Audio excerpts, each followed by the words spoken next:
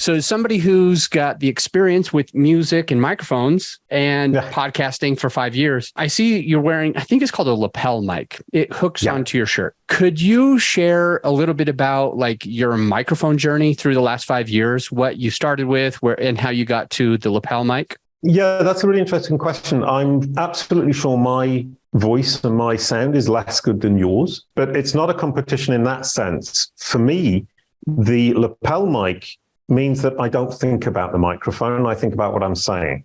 So I accept the slightly less good sound quality in order to have the ability to speak more clearly and not think about the microphone. So if you're a beginner podcaster and having a microphone right in front of you makes you nervous, try a lapel mic because you forget about it within about 10 seconds. Yeah. And so, but in fact, the lapel mic came from the fact that my initial podcast was that I would go to conferences around the world. And if I heard somebody talk about something that I was interested in to do with marketing, I would grab them and say, can you do an interview on this?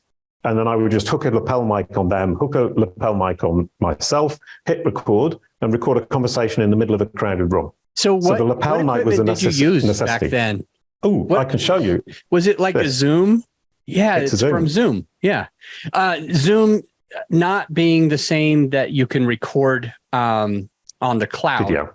So this is for the listener who's like, oh, he uses Zoom. Now I use Zoom.us to record my meetings. Not everybody does that because it kind of like compresses the sound. But there's a different company that's named Zoom, and they make microphones and recording equipment and headphones and things like that.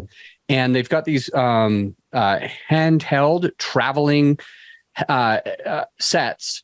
And they have microphones on them, but when I'm talking to Jason right now, and I know that he's saying that he hooked up lapel mics, does that mean you weren't holding it and putting it in front of you and then holding it in front of them? No. You just went through the XLR.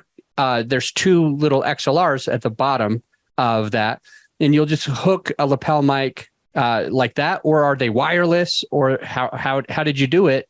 And have you ever tried anything else? Right. Several questions there. Number one is wireless. I did try it, but the problem is the batteries. And when the batteries run out, you don't necessarily know it in the middle of the interview, and then you lose half the interview. That happened to me twice. So I decided to use the wires, and it's more annoying, but at least you know it's going to work. Yeah. And then the second question is, have I tried anything else? Yes. I have a Rode microphone like yours that a partner gave us.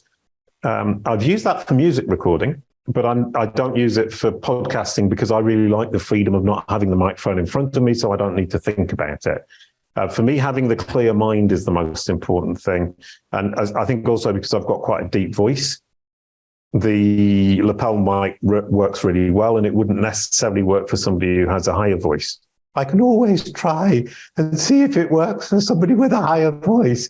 And you can tell me if that worked or not. I've got no idea.